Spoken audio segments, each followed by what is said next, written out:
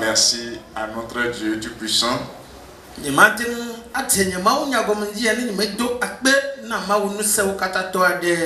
Car il nous fait toujours grâce. Je dis vraiment merci pour la vie de l'homme de Dieu, notre Père spirituel dans cette maison.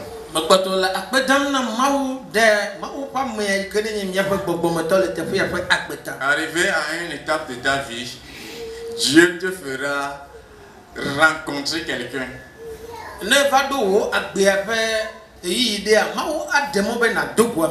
Et par lui, beaucoup de choses vont rentrer dans ta vie. Malgré qu'il est mon papa biologique, Dieu l'a pris comme mon père spirituel encore.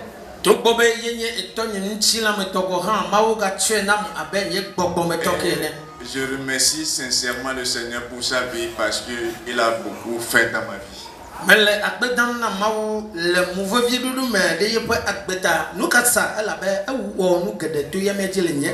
Je tiens encore à remercier le Seigneur pour la vie du comité. Sans oublier l'église tout entière. Que le Seigneur est digne de louange et de gloire. Avant de commencer le message du jour, j'aimerais dire à quelqu'un que les temps sont vraiment aux aguets.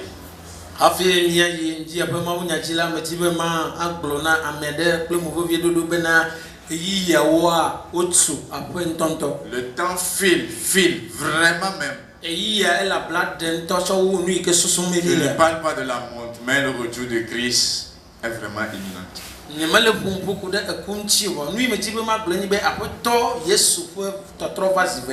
Voici la déclaration du président français. Il a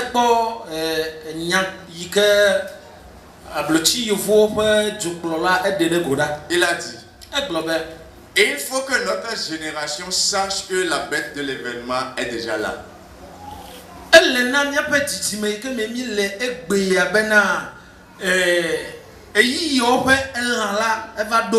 Oui, la bête de l'événement dont avait prédit la Bible, il est déjà là.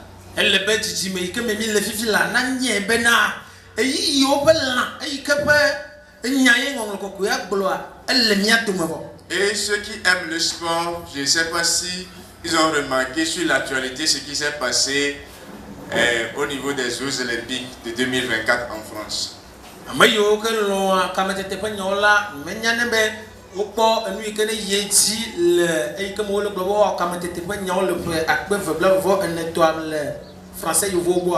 que des abominations. Rien que des abominations. Donc le temps nous fait vraiment défaut. Préparons-nous pour le retour du Seigneur.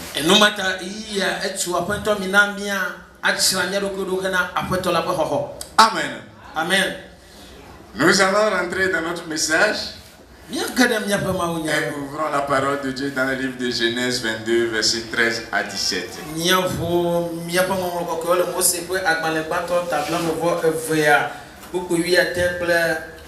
13 à 17.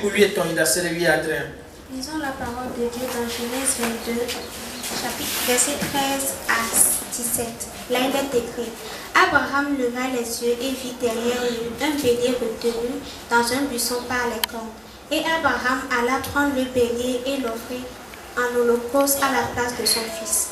Abraham donna à ce lieu le nom de Jéhovah Jireh. C'est pourquoi l'on dit aujourd'hui à la montagne de l'Éternel: il sera pourvu. L'ange de l'Éternel appela une seconde fois Abraham des cieux et dit: je le jure par moi-même, parole de l'Éternel, parce que tu as fait cela et que tu n'as pas refusé ton fils, ton unique. Verset 17. Je te bénirai et je multiplierai ta prospérité comme les étoiles du ciel et comme le sable qui est sur le bord de la mer, et ta prospérité possédera la porte des ennemis. Amen.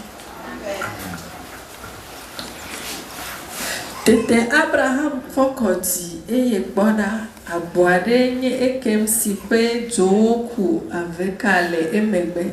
Eye Abraham idale agbola hecho menui de via tefe. Eye Abraham yok tepe mabena afisi Yehowa de edukufiane. Eyata oblona va sede egbe bena le todi afisi Yehowa de edokufiana le. Eye Yehowa pe dola gayo Abraham zi evelia todi po. Heblone bena metaro kwinye ela bena esi le wonusia. Eye mete mote no vide kalam ola. Eyata mayirao gedemuto. Eye vio asobo fun abeti po yeti vio pele futake ene. Eye wo didi me vio acho ope futo pe duo ani dome. Amen. Amen. Amen. Que l'Éternel bénisse sa parole. Le titre du message de ce matin: l'importance du sacrifice dans la vie chrétienne. L'importance du sacrifice dans la vie chrétienne.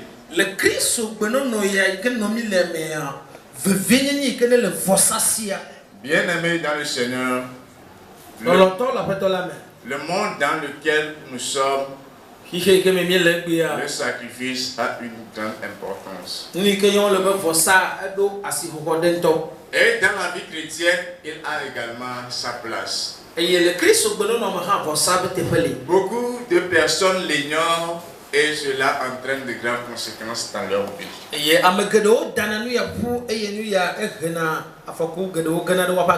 Nous allons structurer notre message en deux grands points. En première partie, nous allons voir c'est quoi le sacrifice. Et en deuxième position, le sacrifice dans quelques aspects de notre vie avec leurs avantages.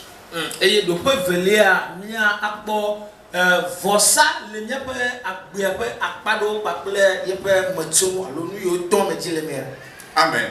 Amen. Alors, nous allons entamer le premier point. C'est quoi le sacrifice? On parle souvent du sacrifice. Qu'est-ce que c'est? Nous devons comprendre cet aspect avant d'entrer dans la seconde partie. C'est d'abord une offrande à une divinité.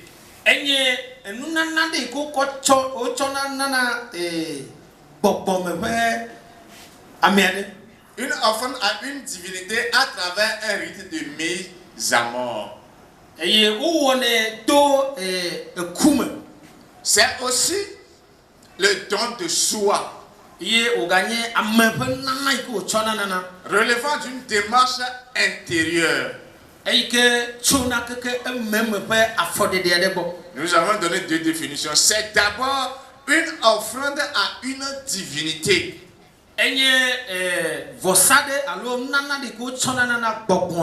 ça peut être aussi un don de soi, relevant d'une démarche intérieure. Si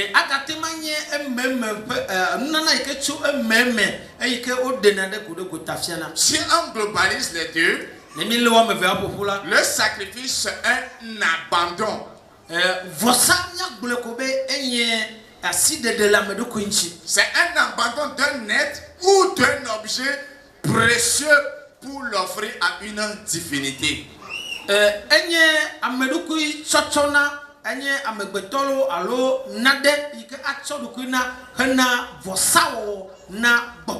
un abandon de soi-même à son individualité pour aller vers quelque chose de plus grand que sa personne.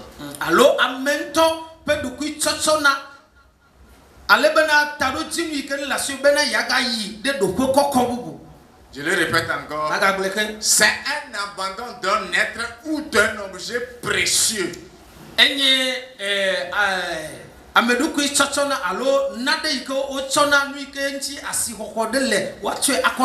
ce que tu abandonnes là, tu vas l'offrir à une divinité. Ou bien c'est l'abandon de soi-même et de son individualité pour aller vers quelque chose de plus grand et de plus noble.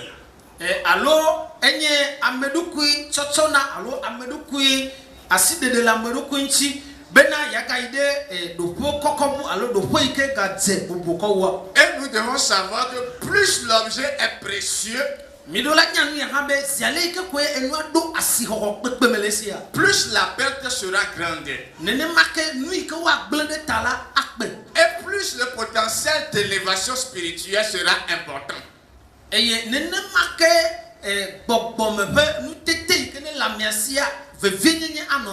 Je le répète encore. Plus la chose à sacrifier est précieux,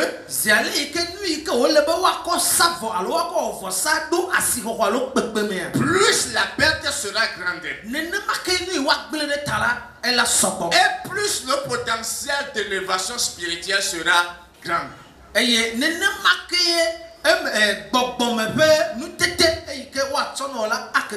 C'est-à-dire que ce que tu donnes, si cela a plus de valeur, ça entraîne plus de traces, c'est-à-dire ça entraîne plus de douleur dans ta vie, et cela entraîne encore beaucoup plus d'élévation spirituelle dans ta vie.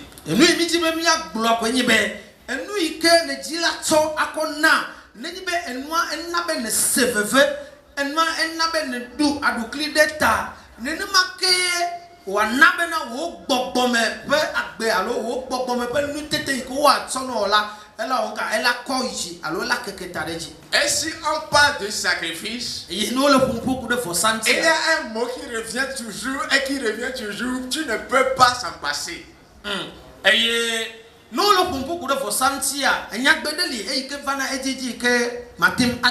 Il s'agit de la mort. Arrivé à des carrefours, tu vas voir qu'on a sacrifié les poules, on a sacrifié beaucoup de choses.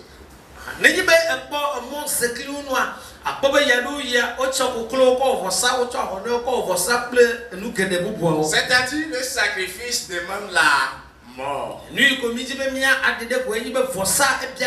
Plus la chose est précieuse, plus la chose coûte cher, plus la chose te laisse des douleurs, plus le niveau spirituel à atteindre sera plus élevé.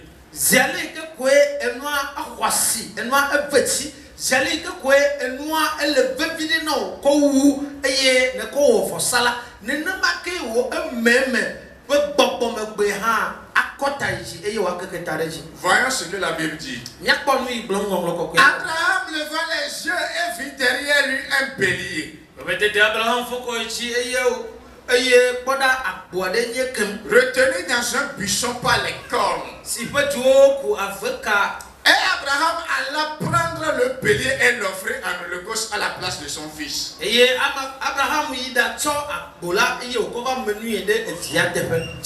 fait une promesse à Abraham. Après des années, il a fini par se réaliser. Des années plus tard, la chose la plus précieuse qu'avait Abraham,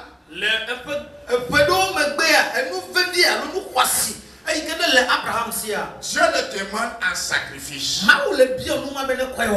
qu'il a de plus précieux, Dieu le demande en sacrifice. Va-t-il refuser ou bien va-t-il accepter? Si nous remontons un peu plus haut, il a accepté. Et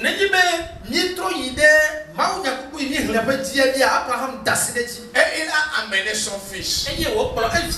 Dans l'obéissance, il est parti sur la montagne en voulant offrir son fils comme holocauste à Dieu. Et le verset 13 nous dit, après que Dieu l'a stoppé, maintenant il dit à Abraham de lever les yeux. Et il a vu un bélier dont les cornes l'ont accroché à un buisson. Et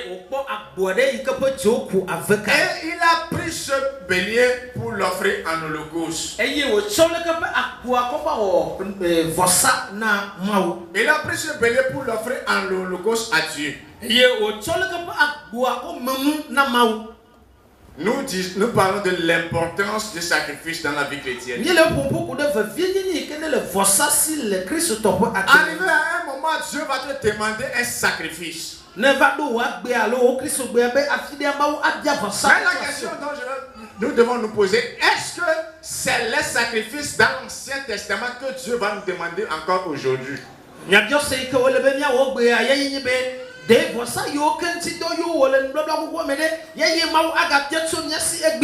que Dieu va te dire d'amener ton fils aussi à la montagne, ou bien Dieu va te dire d'aller payer un bélier pour l'offrir en holocauste ou un sacrifice?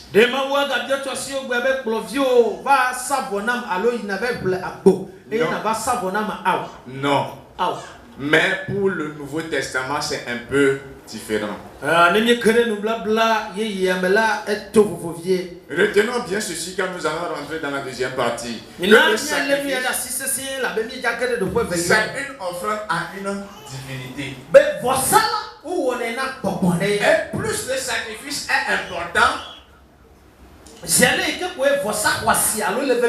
plus la perte sera grande. Et l'élévation sera de plus importante. Oui. Deuxième partie, le sacrifice dans quelques aspects de notre vie chrétienne avec leurs avantages.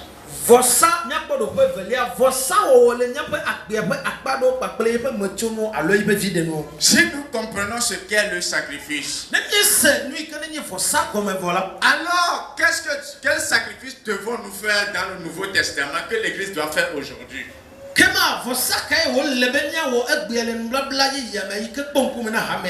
a un sacrifice que le Seigneur a déjà fait. Il a donné sa vie pour toute l'humanité. Et c'est à partir de ce sacrifice que vous et moi nous pouvons avoir le salut. Lisons 1 Chronique 29 verset 21.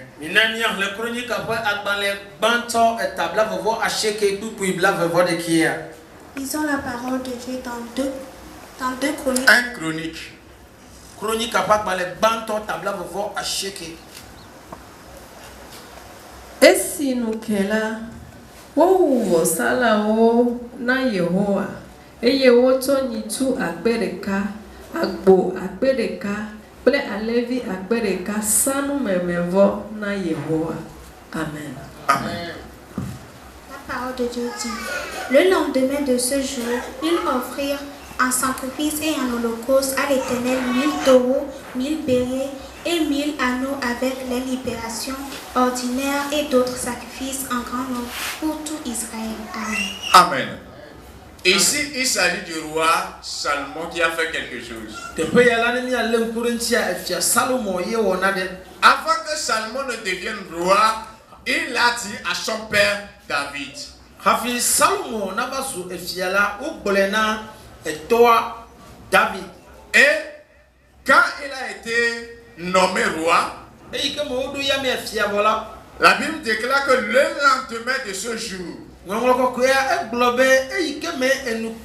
il offrit un sacrifice et un holocauste à l'Éternel.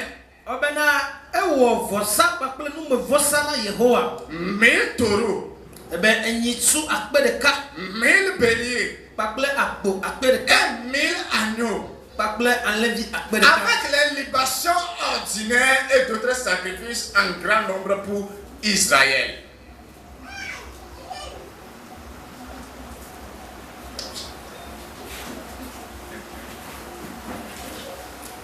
Ok. Chronique après Akbalé Banto et tabla voici de quelques coups de la voix de qui est le Colombena. Est-ce nous que là ou vosalao na Yehowa eye woto nitu akpe de ka agbo akpe de ka ple enlevi akpe de ka sa nous me vona Yehowa hekpede nous me vosa nous eye wosa akpe davo de Israël libolata. Amen. Qu'a fait le roi Salomon? Nous caillons à Salomon. Il a fait les sacrifices des biens matériels. Et où Gotakum peut nous monsieur vosa. Ce qu'il a, ce qu'il possède, ce qu'il a à sa portée. Il n'a pas dit qu'il va conserver ceci pour qu'il devienne un homme riche. Mais il a fait un choix dans sa vie. Il a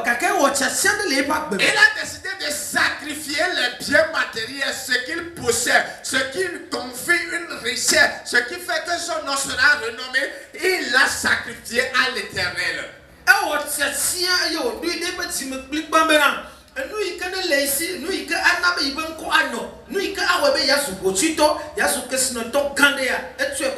la Bible dit qu'il a sacrifié 1000 taureaux, 1000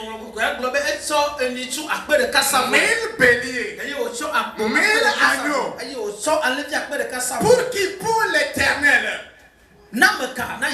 Pour l'Éternel. Il n'est pas dit qu'il l'a sacrifié à son père David ou il n'a pas sacrifié ça à son roi. Il n'a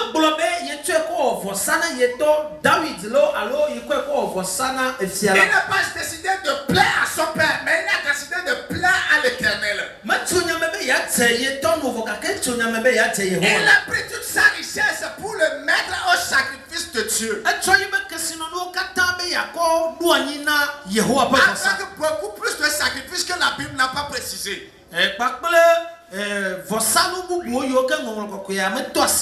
Aujourd'hui, dans l'étonnement, l'Église du 21e siècle et surtout dans les pays francophones, nous emmagasinons ce que nous avons et nous disons que c'est les sommes de Dieu qui vont bouffer ça. Il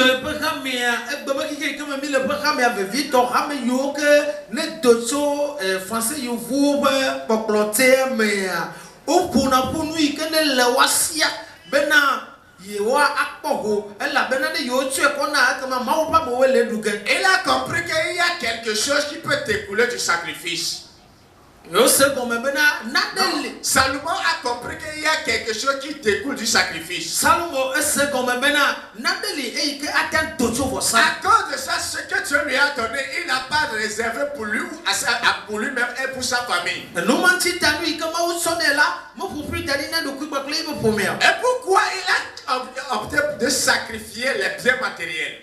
Parce qu'il y a une promesse qui le suit. Parce qu'il y a une promesse qui suit cette promesse.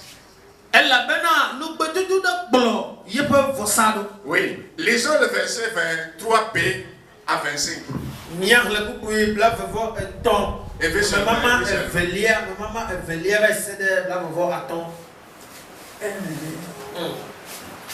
Eye jombenyue le enu Israël bibola no tue. Amen.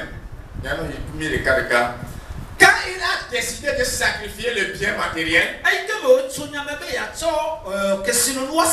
voici ce qui s'est passé. Après que Dieu lui a rencontré la nuit, il a demandé quelque chose. Et dans ce qu'il a demandé, Allah, quelque chose est venu dans sa vie. Le sacrifice a été fait pour tout Israël. Mais Dieu l'a rencontré personnellement. Dieu l'a rencontré personnellement. Dieu a dit, il a prospéré dans tout, il prospéra et tout Israël lui obéit. Malgré qu'il a sacrifié tout ce qu'il a, la Bible dit il prospéra encore. Il prospéra. Il a sacrifié beaucoup de choses. Plus de 3000 espèces d'animaux. Il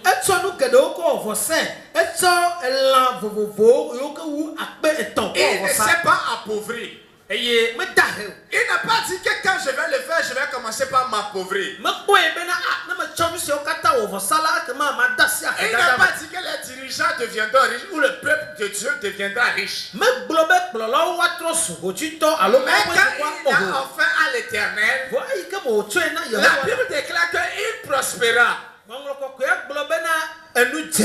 cause du sacrifice qu'il a fait, à cause de l'effort, à cause du dépassement qu'il a fait,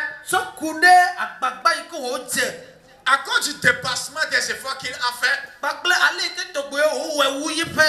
Bible déclare que tout l'Israël lui obéit. Aujourd'hui,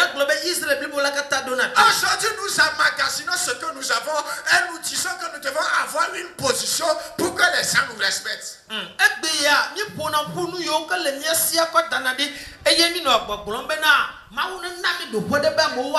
c'est tout à fait le contraire que nous voyons dans la vie du roi Salomon. Après avoir donné ce qu'il a, il a commencé par gagner l'obéissance du peuple d'Israël. Tous les chefs et les héros et même tous les fils du roi David se soumirent au roi Salomon.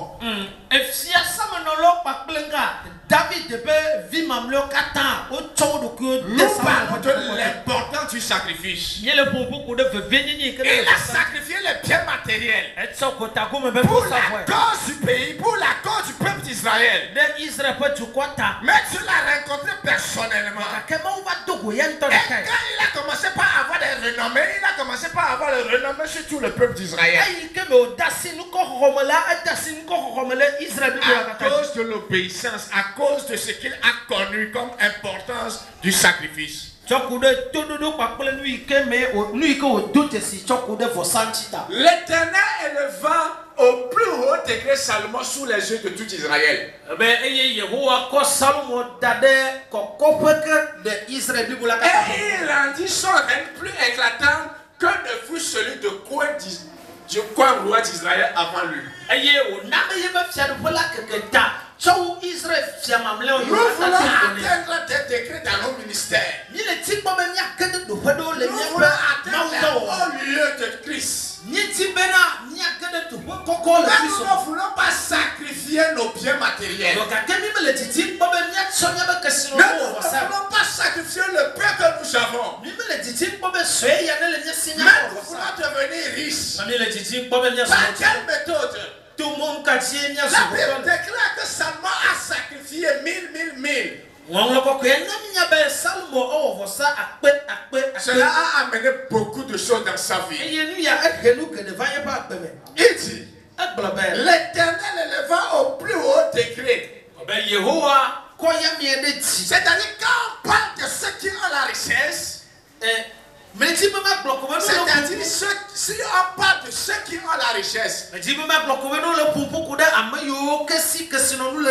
Salomon va premièrement se figurer dedans. Non, il va premièrement se figurer dedans. C'est-à-dire que ce n'est pas le premier.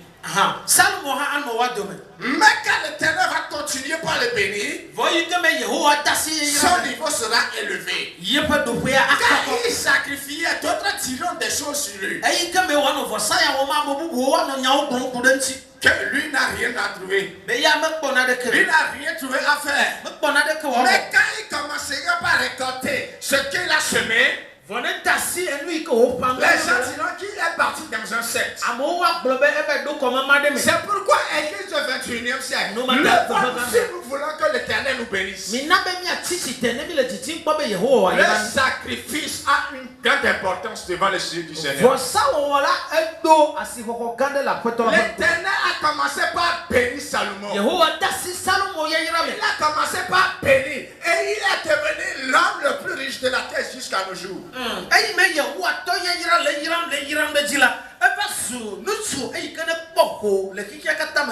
C'est écurant qu'aujourd'hui nous ne voulons pas sacrifier nos biens.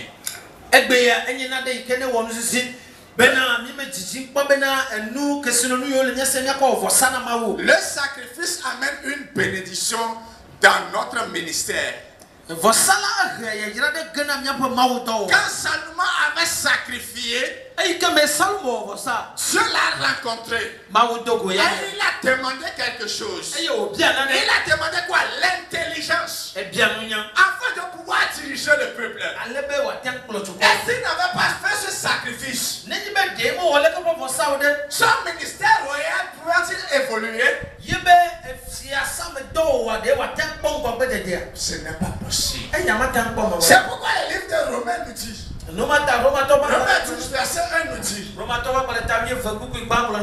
exhorte donc, frère, par les compassions création de Dieu. Ah, Offrez vos corps comme un sacrifice vivant. L'Église du 21e siècle a offert vos corps comme un sacrifice vivant. C'est en offrant nos corps à Dieu que Dieu peut intervenir dans ton ministère.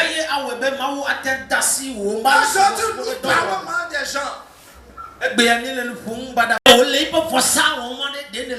Quand il était devant la face de Dieu, quand il priait pendant des heures, quand il jeûnait, quand il faisait des choses, tu étais là avant de le critiquer.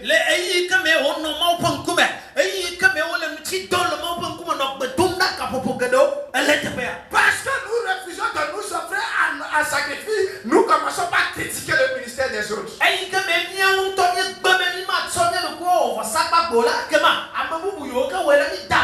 Une fois qu'on s'offre un sacrifice,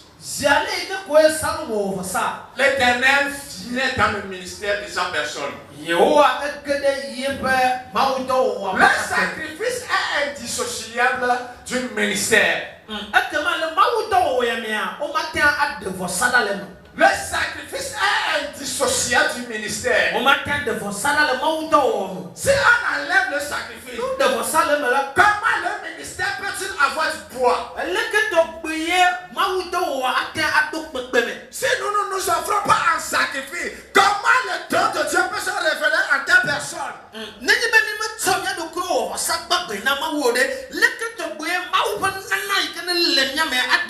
Si nous ne nous offrons pas un sacrifice, comment le don de guérison que Dieu a mis en toi peut aider quelqu'un à devenir une source de bénédiction pour cette personne?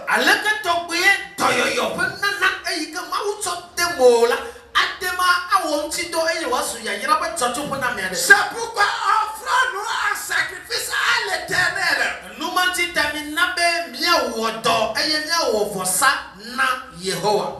Offrons-nous un sacrifice à l'Éternel. Dieu a besoin de ceux qui peuvent se sacrifier. Dépasser le naturel des autres. Non, c'est-à-dire dépasser ceux qui vont s'offrir un sacrifice doit être apte à dépasser le niveau naturel des autres.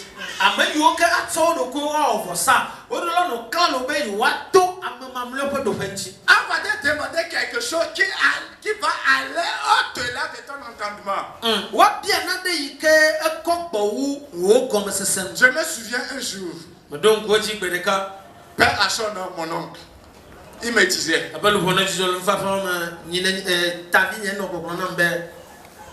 Amen, priez pour moi.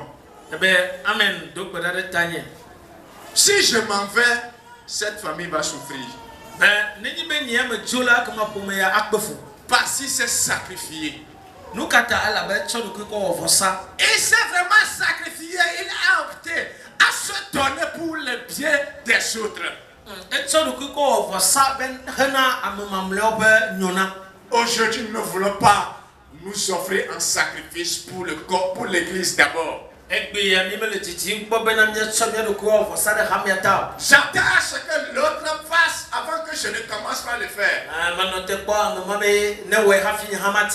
Tu retardes ta bénédiction. Si je m'en souviens bien encore, il était une fois dans ma vie, dans moi-même ma vie. Le temps était si dur. Mais je devais faire un sacrifice pour que Dieu ouvre les portes. Pendant ce temps, le peu que j'avais, je l'ai fait. Qu'est-ce que j'ai fait? Je devais faire un sacrifice et j'ai opté pour riz 5 x 5.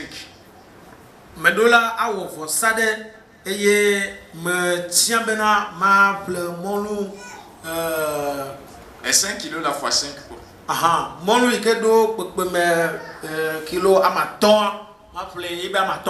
Alors que je n'avais jamais ça dans ma maison. Ma femme m'insultait, je m'en foutais. Je m'en foutais. J'étais parti faire ce sacrifice. Mais il va au Vossama. Premièrement, ça n'a rien donné. Je continuais. Mais aujourd'hui, j'en ai dans ma maison. Parce que je connais l'importance du sacrifice. Le temps tout à l'heure, nous avons filé et terminé. En troisième position, le sacrifice libère de la puissance. Ésaïe 53, verset 10. Ésaïe 53, verset 10. Il a plu à l'Éternel de briser par la souffrance. Après avoir livré sa vie en sacrifice pour le péché, il verra une prospérité et prolongera ses jours. Et l'œuvre de l'Éternel prospérera entre ses mains. Amen. Amen. Eye Yehowa dibe yato dolele agbe gutugutu. Ne eto edoki wo fondi vosela. Akpo dide meviwo. Ano agbe didi. Eye Yehowa feta medodo. Continuez.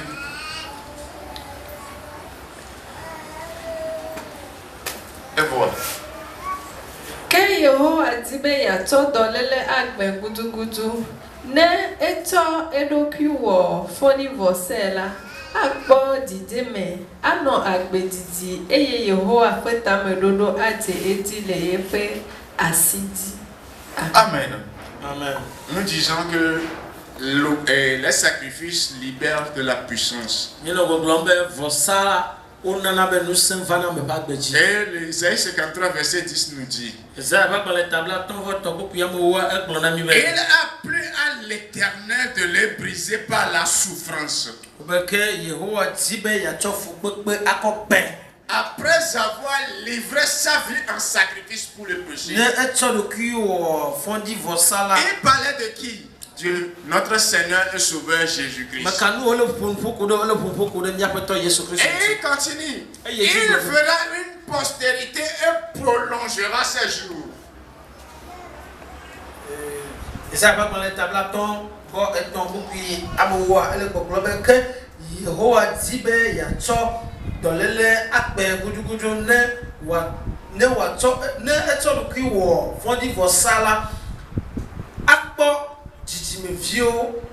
Amen. Amen. Et l'œuvre de l'Éternel prospérera entre ses mains. Voyez le ministère de Christ. Quand il s'est offert en sacrifice, il a commencé par manifester de la puissance en guérissant les gens, en parlant avec autorité, en parlant avec suprématie. Pas tout le monde se tait. Tous les esprits lui obéissent.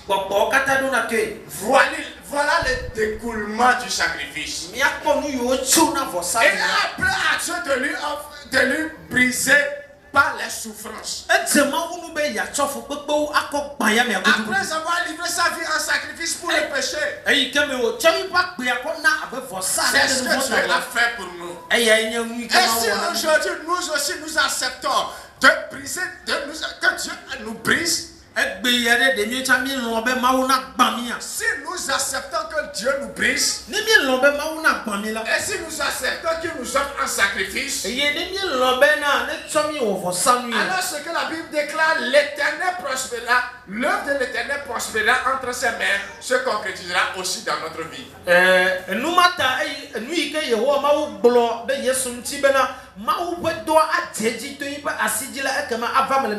C'est pourquoi nous devons avoir l'habitude, ou bien nous devons avoir l'intention de nous donner un sacrifice.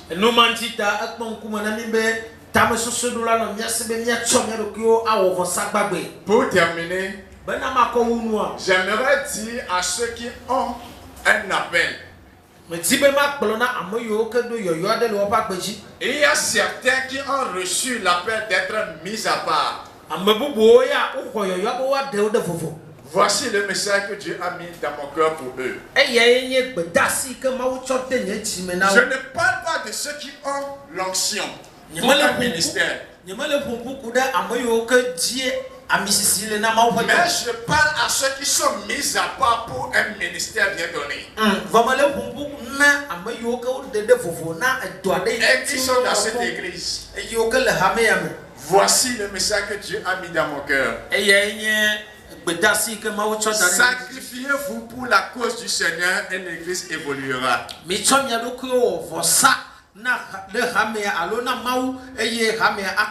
le répète encore très bien. Ceux qui sont mis à part pour un œuvre spécial, ceux qui ont reçu l'onction, sacrifiez-vous pour la cause de Christ, pour que l'église évolue. Que le Seigneur nous bénisse abondamment. Amen. Amen. Amen. Amen. Il parle du sacrifice. Un grand sacrifice. Celui qui veut recevoir quelque chose qui est grand,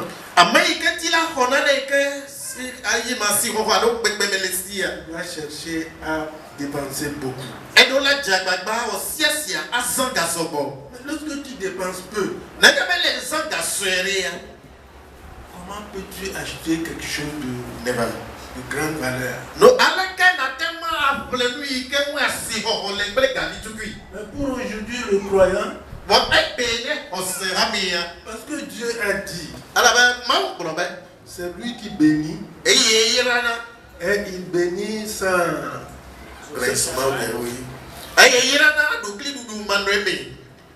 c'est fini. Ça devient vraiment quelque chose qui est sur notre langue. C'est Dieu même qui a dit qu'il va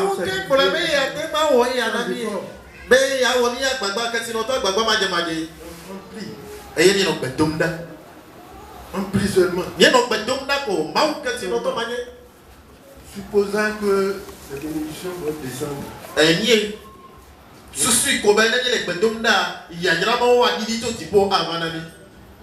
Mais il faut donner. C'est ça qu'il faut faire la différence. Jésus veut dire que nous serons bénis.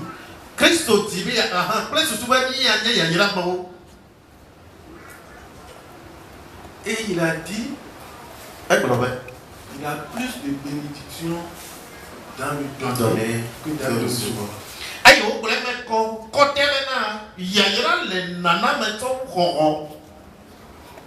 Bien aimé dans le Seigneur, ça fait pitié. Nous, les chrétiens d'aujourd'hui, nous restons pauvres. Et que nous pensons, disons que c'est dans le Seigneur qu'il n'y a pas la bénédiction.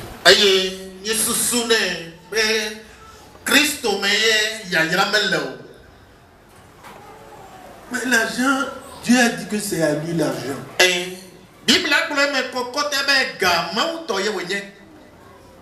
Comment nous, enfants de Dieu, Dieu va se constater à nous laisser pauvres jusqu'à ce que nous deviendrons des mendiants.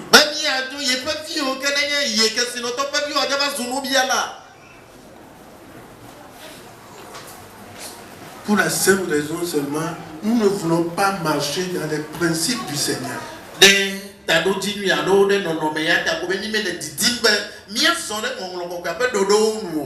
a tout tracé. Il suffit que nous marchions sur ça. Mais c'est ce qui est difficile pour le croyant aujourd'hui. On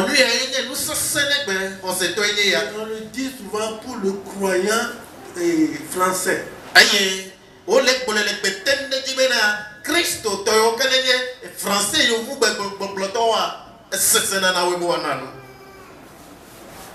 Nous voulons faire le calcul. Si je fais ceci, ça serait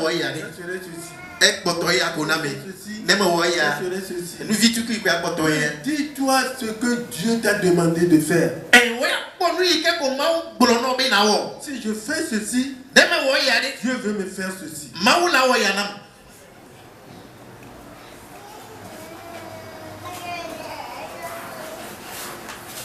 Sinon, nous demeurerons toujours tels que nous sommes. Dieu veut. Voyons quand Dieu a choisi Israël.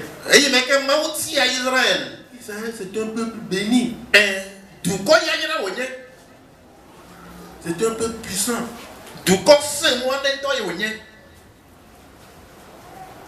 Mais comment Dieu peut nous laisser dans la misère et dominé par n'importe qui? Parce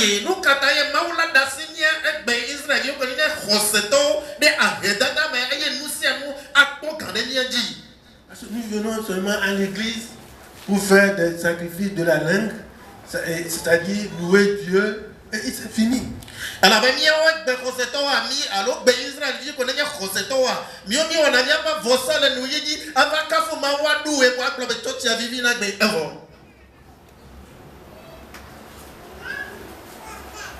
Bien aimé. Disons ce que la Bible nous dit dans Ésaïe 51, verset 9. Lisons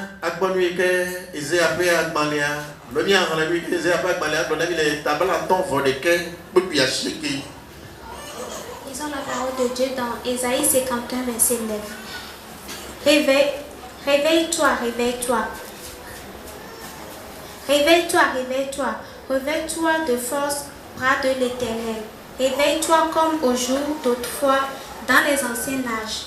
N'est-ce pas toi qui as bâti l'Égypte, qui transperça le monstre? Amen. Non, Yehowa be alors, non. Eye nata nusa. Non, abele ta nkeke ome ene. Abele blema. Yedi. Abele blema fome a onli ene. Amen.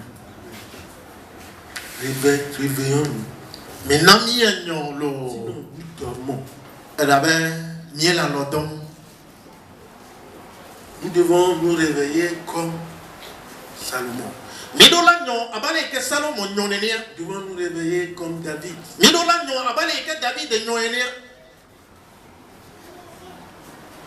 devons nous réveiller comme les gens précédents, les gens du passé. Nous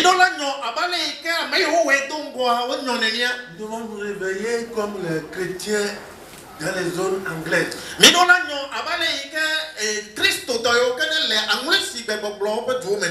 Sinon, comment nous continuer par adorer Dieu et que nous allons demeurer toujours dans la misère?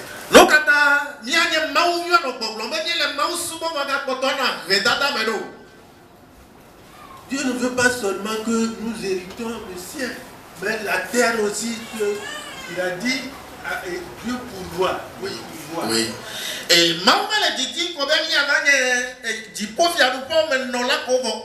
Alors ben maman nana ta la ni badi a mi no la ni dome. Wo Christo to le no la ni kesino to la ni badi kesino no amenye nous bada o nyena mi agbe Christo to. Dieu pourvoira à nos besoins. Mawe bona mi ebe yen o bona mi. Il connaît bien nos besoins. Mawe nya mi ebe yen o nwe to. Nous avons besoin d'argent. Nous nya be ni ga. Il pourvoira. Aye wa na mi ha. Il faudra que nous marchions dans la voie qu'il a tracée.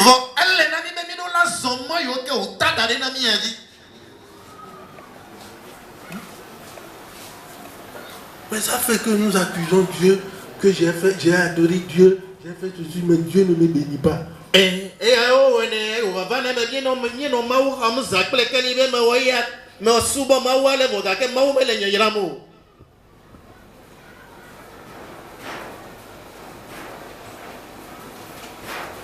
Réveillons-nous. Réveillons-nous. Dieu veut faire de grandes choses dans notre vie. Dieu veut bénir beaucoup parmi nous. Mais il nous attend de nous réveiller. Et nous allons voir les miracles.